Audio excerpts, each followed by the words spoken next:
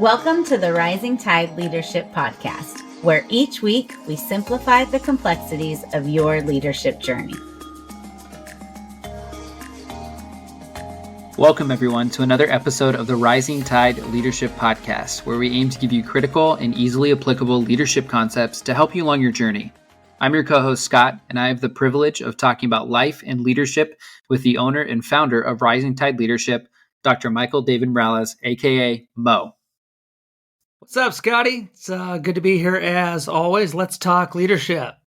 Yeah, absolutely. I'm excited to delve into the topic of remote leadership today, just because it's becoming so increasingly crucial in today's world. And so I know I've talked about it before on the show, but one of the first jobs that I held was being a beach lifeguard. And now when I went through training for this position, there were a lot of other people in the same training group as me. And most of us knew full well that going into that training that we were guaranteed a position coming out of it.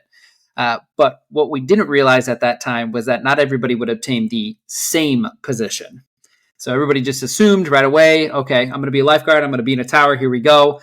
But that just wasn't the case. And some of the rookies joked around and slacked off during training because they kind of knew that, hey, I'm going to get a position regardless of how I do, regardless of how I act. So I'm going to do whatever. While still others, like myself, really kind of buckled down and actually worked hard during that training week. And so at the end of the day, those who joked around were actually surprised when they were not allowed to work in an actual tower. You see, there wasn't really adequate clarity that was provided to us regarding expectations throughout the training. Every single thing that we did during training was actually being evaluated and watched. Every rescue, every run, our interactions at lunch break, our timeliness, which was a big deal for certain people. And then even things like just our casual conversations next to the tower. Right. But clarity surrounding job expectations or job descriptions was needed, but it really wasn't given. And that was kind of the big issue. And I know in this age of remote work that clarity can be so important. And it's something that we're going to eventually end up talking about today. But Mo, let's go ahead and jump straight in. When we talk about remote teams, one of the first things that comes to mind is culture. So how can leaders maintain or build a strong culture with a remote team? Yeah, great lead. And I always love when you talk about lifeguarding because it makes me think about California. You know me, I'm a Cali boy at heart. And so I really love this topic, leadership in the remote or remote leadership. And just as you said, our first point today is culture is amplified. So culture is the heartbeat of any organization. And transitioning to remote work, as so many have done, at least in part over the last couple of years, doesn't mean sacrificing the heartbeat. Rather, it's really an opportunity to amplify it. So the key lies in intentional cultivation. Leaders have to define their culture clearly and consistently communicate it across all channels. And moreover, they have to align hiring practice with cultural values to ensure a cohesive team, regardless of geographical location. Yeah, well, so I feel like there are still those today that think that culture can't be built remotely. And I hear it and I feel like I read articles all the time that we must have person-to-person interaction. And I know that every single workplace is different, but what would your thoughts be on a mindset like that? Yeah, I'm all about face to face. You know me. I'm a personable guy. I love people, and so there are a couple of times that you want face to face that I've learned over the years, if at all possible, of course, right? So the main thing is this: bad news. Bad news needs to be delivered in person. Everything else can be fudged a little bit here and there. And so it is though, Scott, tough in this remote world. So sometimes there's people that are on the same team, but they're in different states, they're in different countries. And so you have to adapt to that. And as a leader, you have to be able to keep it personal and personable. So that means, we all have to face it. It is a remote world now, at least in part. Everybody is remote in some capacity or another. So nobody is completely face to face. And so think about this, Scott. When the world shut down a couple of years ago, right before that, right? If I would have said, "Hey, Scott, let's have a meeting. Do you want to meet in person or do you want to meet via video call?" And you would have looked at me crazy and been like, "Well, am I not worth seeing face to face?" Right? And to be like, "No, I just want to give you the option." Mm-hmm. But now that's normal. If I were to say, "Hey, Scott, let's have a conversation. Do you want to meet face to face or video call?" Well, you and I live in the same city, but that's a normal question now because we are now in at least a remote or semi-remote world. So if you think about it, it's kind of been like that for a little while. We just didn't know it, right? So in fact, Scott, even before we dealt with this past few years where we have started making video calls the norm, people were always wondering about new technology. So let me tell you a great story. You're the story guy, but I'm going to tell a story today. And so there's an author, and this is what she wrote. And in this, and we'll put this in the show notes. The name of the article is it's actually called this: "The Telephone is the Instrument of the Devil." Okay.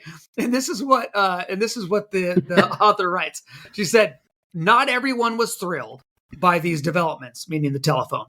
"The telephone was often viewed with skepticism and not with even a little fear. There was something magical about sounds coming from a thin wire, and many people were afraid that the contents of those lines would spill out some way and they would break. Many elderly persons refused to touch a telephone for fear of electrical shock. Others tried to take advantage of the telephone," relates Peter Anderson in his book, and his book's called Telecommunications, Yesterday and Today. She goes on to say, the author does, "In some towns, persons suffered from rheumatism went to the telephone stations in the hope that the electrical impulses received by their bodies would cure them."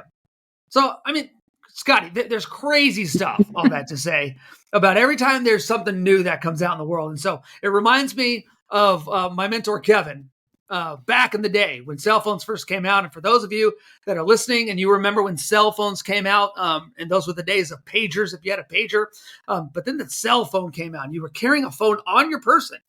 And I'm talking about when they first came out, Scotty, and we all had cell phones and it was kind of the thing to do. But Kevin refused to get one. He figured that he's going to buck the trend. He's not going to give in. He doesn't need one. Well, here's the problem. Out of everybody I knew in my life, he was the one person that actually needed the phone and he didn't want to get it.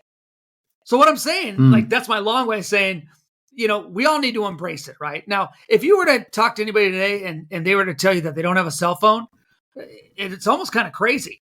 There's only one person that I've ever read that doesn't have a cell phone, and that's Warren Buffett. But that's because he's so important. He probably has 10 or 20 people that follow him every day, and they all have cell phones. So if you want to get a hold of Warren Buffett, I'm sure you can. But for the rest of us, we've all got a cell phone, right? So Scott, you and I, we need to embrace new communication no matter what it is. And that's why this culture of remote work is now being amplified. So think about this. Before COVID, these things were not normal. Now they are normal. So Scott, what I want our listeners to ask themselves today is, am I embracing the changes in culture, and am I using that to shape the culture of my own team? Yeah, it's kind of crazy. I might be one of the last few people who, from my generation, remembers a time without cell phones. So I think that time is quickly coming to an end. So to kind of sum up that first point, it's all about ensuring that everybody's on the same page, regardless of location. And so that kind of brings us to kind of our next point. So what about communication? So how can leaders ensure effective communication within those remote teams? Yeah. So when we're talking about leadership in the remote, the second point today is this: communication is appreciated. Man, Scotty, communication is the lifeblood of remote teams. Without the luxury of face-to-face interaction on a daily basis, leaders, you have to leverage technology and bridge the gap. It's your job. Regular video conferences, instant messaging platforms, project management tools. These are essential for keeping everybody connected and informed. But beyond these tools, it's about fostering an environment where open dialogue is encouraged, where every team member feels heard and valued. So Mo, I know a few people who actually work remotely or in a kind of hybrid type job situation. And I know one of their biggest issues in communications is just expectations. So the companies are using communication effectively, but instead of it being appreciated, it just kind of morphed into this standard of now you're available 24/7 because of the great communication that you have. So what advice do you have for our leaders then that just to really help them keep that communication as more being appreciated? When we're talking about leaders and supervision and in the remote, Scott, what you said is exactly what leaders need to hear, which is this: do not blur the boundaries of the people that you supervise. So Every leader now is thinking, Mm. all of my people have cell phones on their hips. They've got email. They've got computers. They've got all this stuff. And so they are always available to me. And leaders, here's the free chicken. Stop. Do not do that. You need to respect the boundaries of the people that you are leading. And in fact, there's a great book called Boundaries.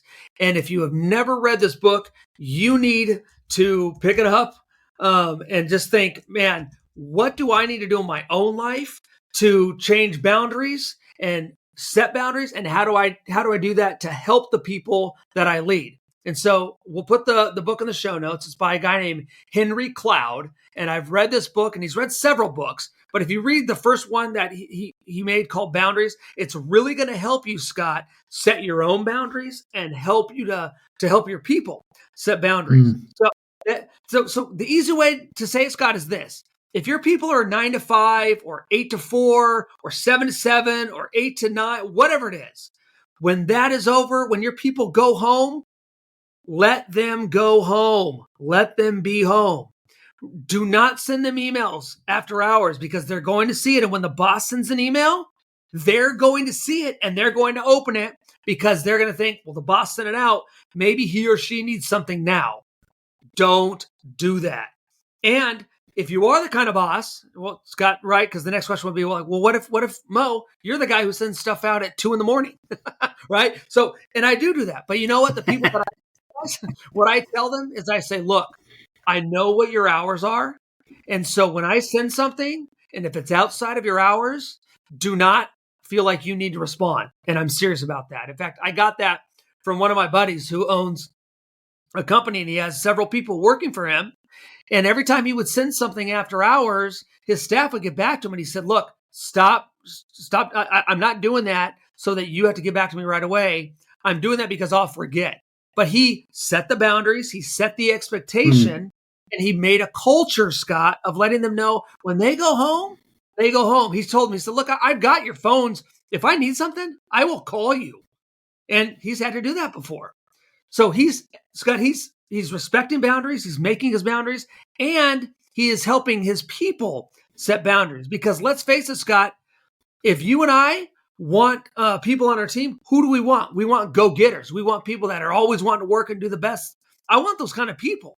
So if I have those kind of people, Scott, I need to tell them how to set those boundaries. It is my job as a leader. Leaders out there, it is your job to set boundaries in your own life and help the people that you supervise do the same.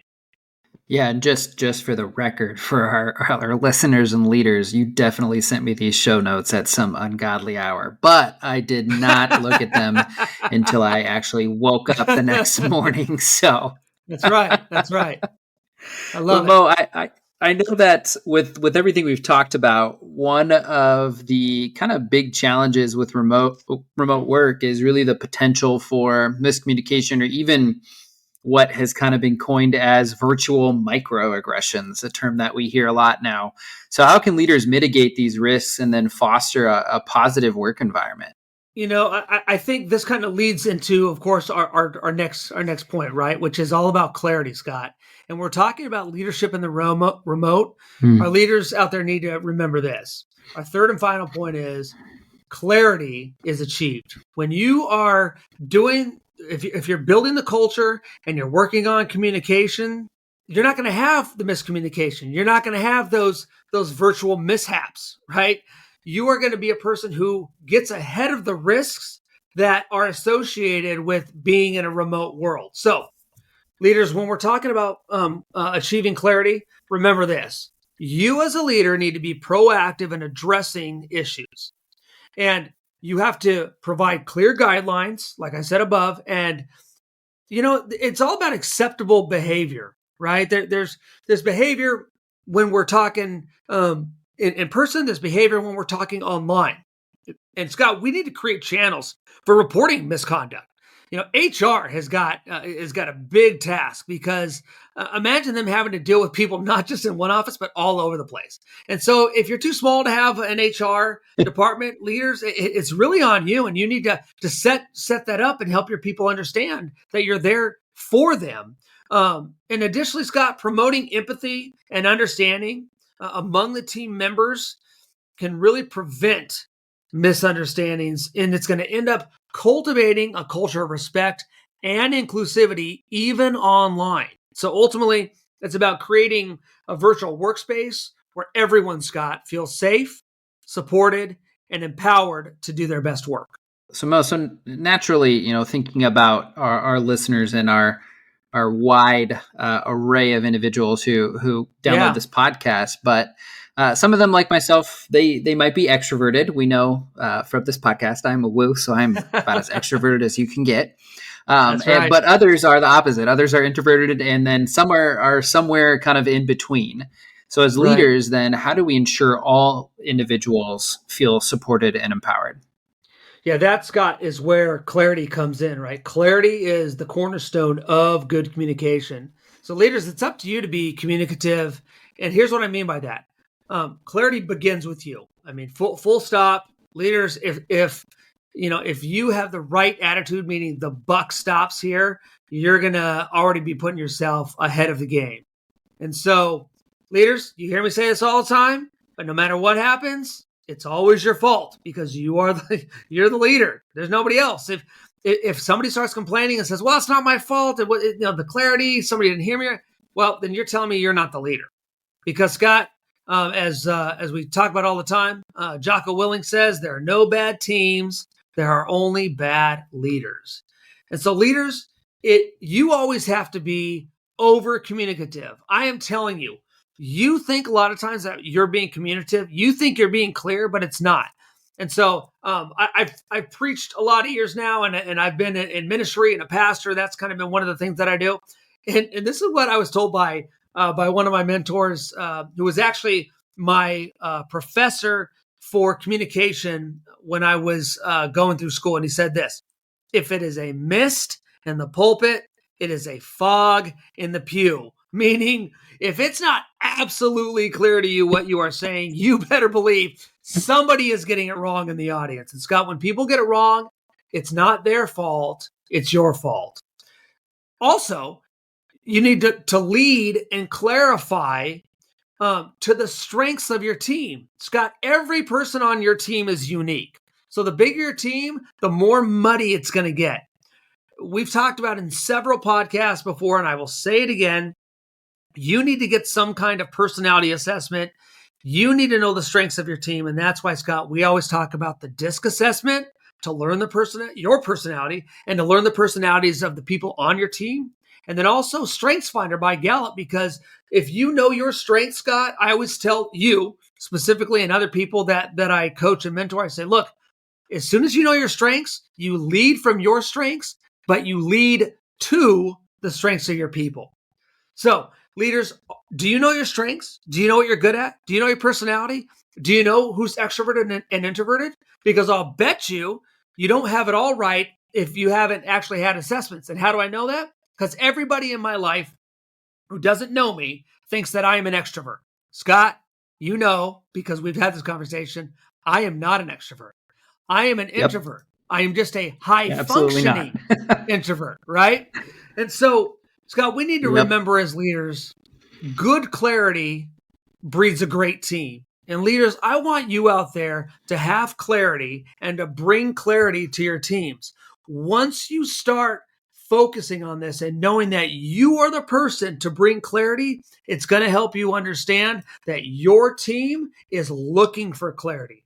And Scott, when we embrace that as leaders and say, the buck stops with me. Everything is either, my fault or I'm giving my team enough to actually do their jobs.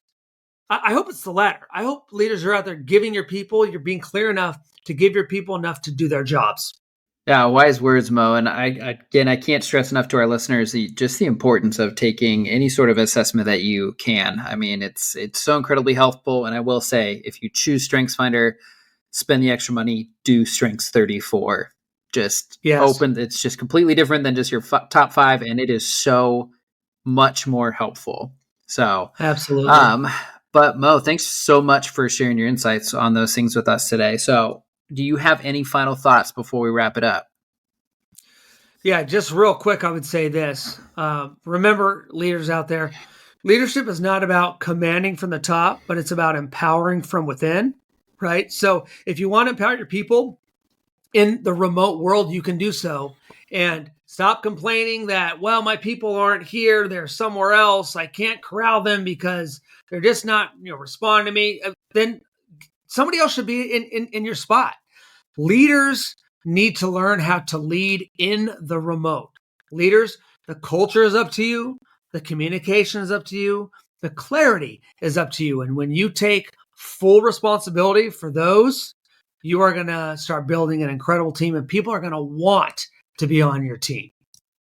Great final thoughts today, Mo. And with that, guys, we are at the end of this episode. If you guys enjoyed listening today, we encourage you guys to rate, review, and subscribe. And don't forget to share. Thank you all for joining us today. We'll see you next time. Thank you for listening to this episode of the Rising Tide Leadership Podcast. Highlights and resource links are available for you in the show notes. We hope that you will join us next time as we continue on the leadership journey. Don't forget to like and subscribe so you don't miss out, and share with others so they don't miss out. See you next time.